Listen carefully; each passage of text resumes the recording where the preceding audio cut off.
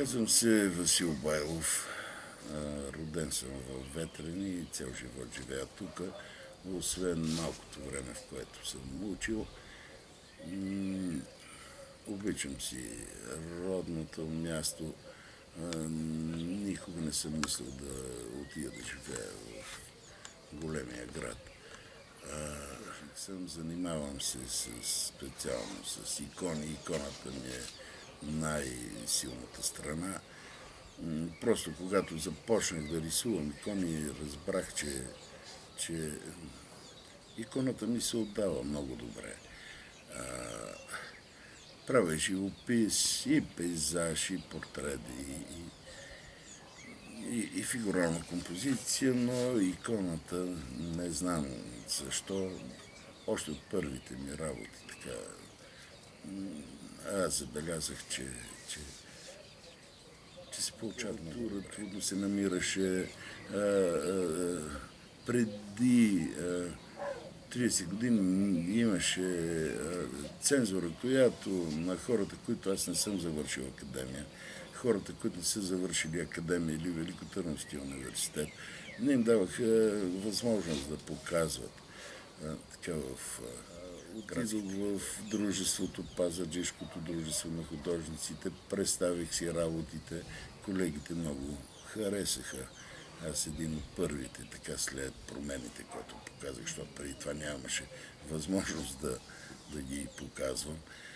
И ме приеха много радушно и сега всички. Правил съм и самостоятелни изложби.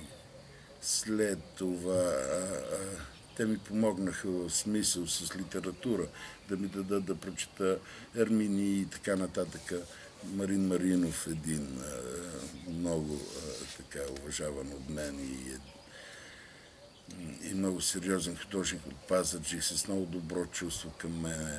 Методий Пешунов, с който направихме така първата изложба, с която се показах в Пазарджик.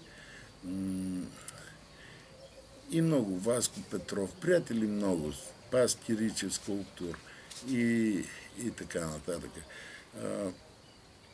И навлязах така доста сериозно в иконописта, след което започнах да се така запознавам и с стенописването. Няколко църкви нарисувах всъщност с сина ми, Бог да го прости, той си отиде преди година и половина. С него работехме заедно по Западна България, близо до сръбската граница, няколко църкви. В един манастир самостоятелно съм работил, рисувах един параклис. В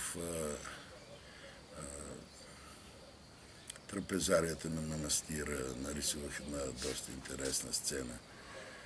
И така с иконостаси се занимавам. Когато рисувам икона, аз вече толкова време правя тази дейност. Дали е възрожденска иконата ми, дали е византийски стил, няма никакво значение. Аз съм си изградил един свой стил, който естествено се съобразявам и с даденостите на възрожденската икона. Съобразявам се и с канона на византийската икона. Личи си, просто колегите, които се така видят някъде моя икона, ми казват, там и там давал ли си? Викам, да, давал съм. В тая галерия познаваме ги иконите веднага. Така си личи. Толкова продължително време в една посока просто не може така не може да избягаш от себе си.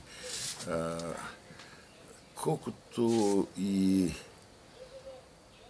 ограничения да има в канона, човек, който го познава добре, винаги има място да направи нещо свое и да покаже наистина. Толкова години се прави икона. Това са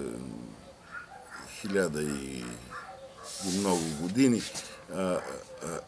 И тя натрупва толкова много естетика. Толкова е изчистена като изказ, че човек трудно така може да промени някои неща, но въпреки всичко, когато работи дълго време тази работа, един така стойностен художник може да вкара и свое отношение.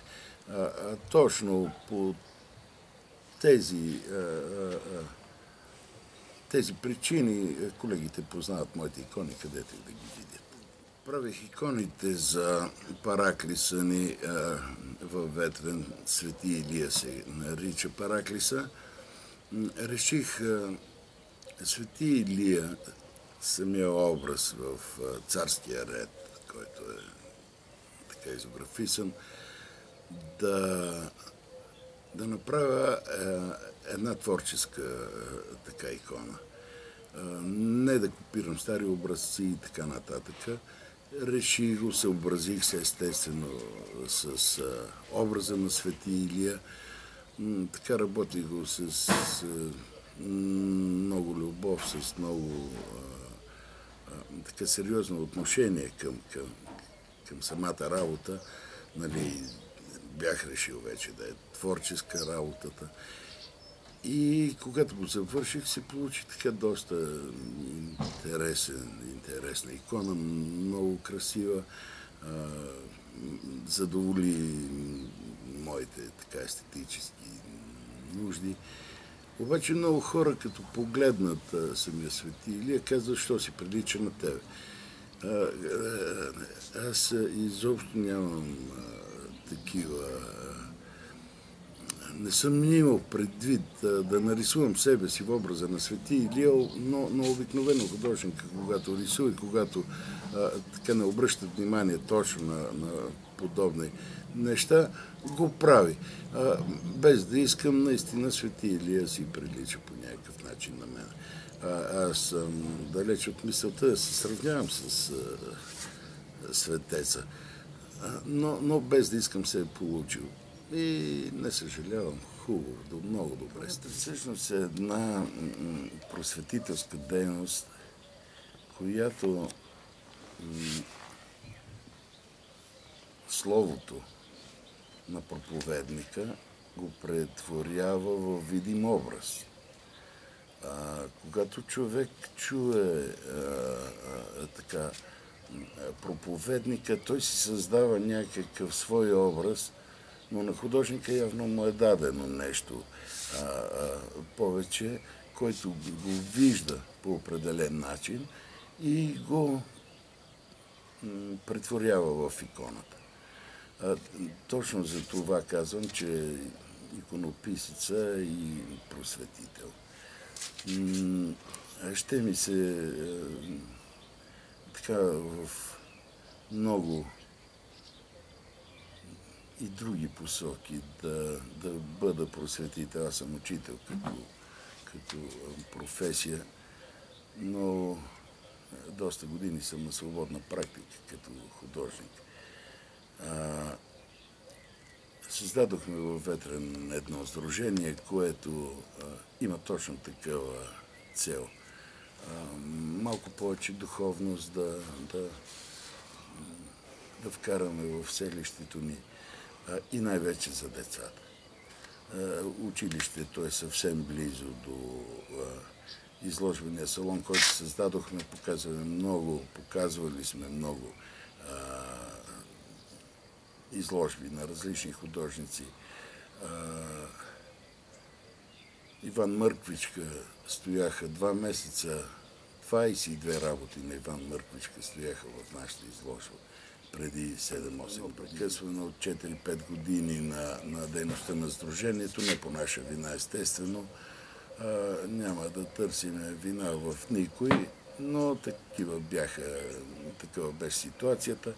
И сега възобновихме сдружението, като идеите ни така нараснаха в този 4 годишен престой, се родиха нови идеи. имаме една къща, на което място е била къщата, в която е останал във Ветрен френския поет и общественик Ламартин. Разболял се, във Ветрен е останал 20 дни, ветренци са му помагали да оздравее и след като се е почувствал по-добре, си е заминал за Франция. Той се е връщал от едно пътешествие до Ориента и на връщане е минал по Траян-Друм за Европа. Ще ни се, тази къща сега в момента се руши, ще ни се да я закупим, всъщност да я закупи общината, защото ние малко средства имаме. И на нейно място да създадем една къща от типа на къщите в началото на 19 век. Това е 1830 година е минал и 33 година е минал Ламартин от тук. И да направим, защото идват хора от гимназии, софийски, по няколко автобуса и искат да видят къде е била къщата, в която е спал Ламартин, а виждат една така доста полуразрушена сграда. Ламартин го уважаваме ветренци за това, защото в френския парламент, след като се е върнал той в Франция, е казал много хубави думи за българите, получил е така впечатление за българите от Ветрен, защото тук е останал най-дълго време, 21-2 дни. И така много хубави неща е казал за българската жена, че са свободни с мъжете, че